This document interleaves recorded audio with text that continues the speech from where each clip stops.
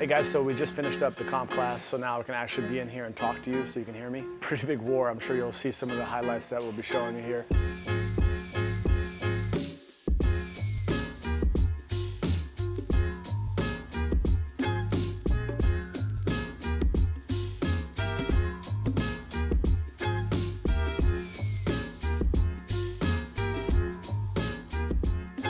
But anyway, this is inside the gym. Again, 5,900 square feet, roughly, give or take. The last 9 years that we've been here, we've made some changes, some additions, some renovations. Initially, we just had the 2 mats as you see them here today, but those mats we replaced 2 different times.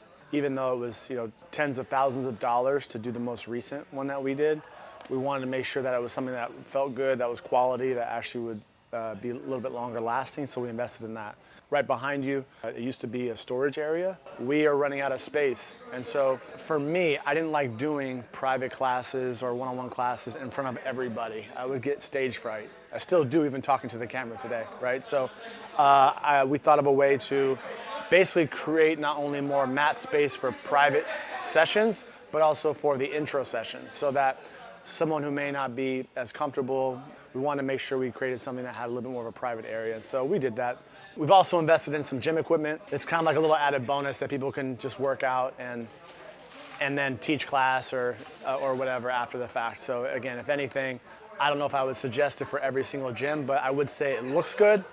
And again, for us, we love it. We have a merchandise area. We've been able to also repurpose. Originally, we had kind of like turnstiles in the lobby area. We have since decided just to have stuff hanging on the wall. Our next intention is to actually make it just a little bit more aesthetically pleasing for when people walk in. It's like a merch area. We got to have merch. People are proud, and we like that. We also have some punching bags in the back corner.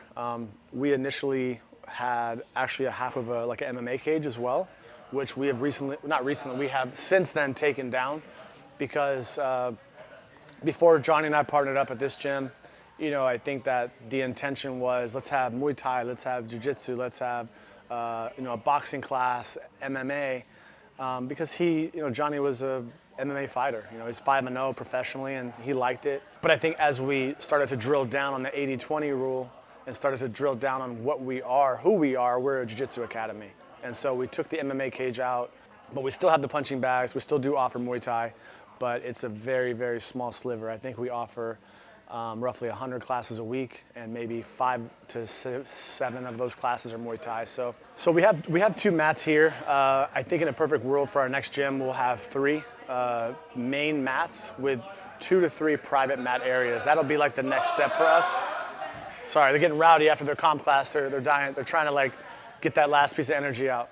As a gym owner, if you're looking at this, or watching this video, and you're thinking, I want to own a gym one day, I would say a big mistake that folks make is, again, they want the smallest space possible, cheapest space possible.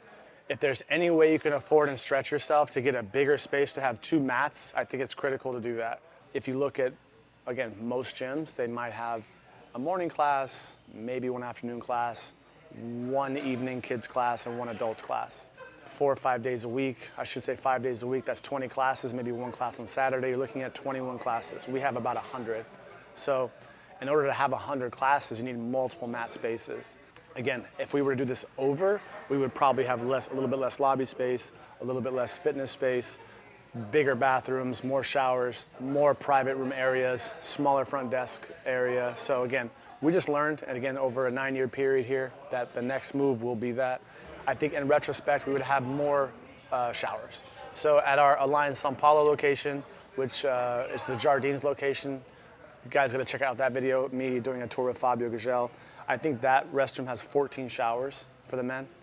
And here we have 2, and we actually have double the students as that gym.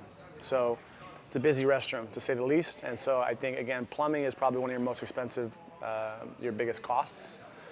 But I think it's a good investment if you can have a minimum 2 to 3 or 4 showers for men, depending on the academy size. But again, in retrospect, I would definitely do 4 to 6 showers minimum for men and 2 showers for the women.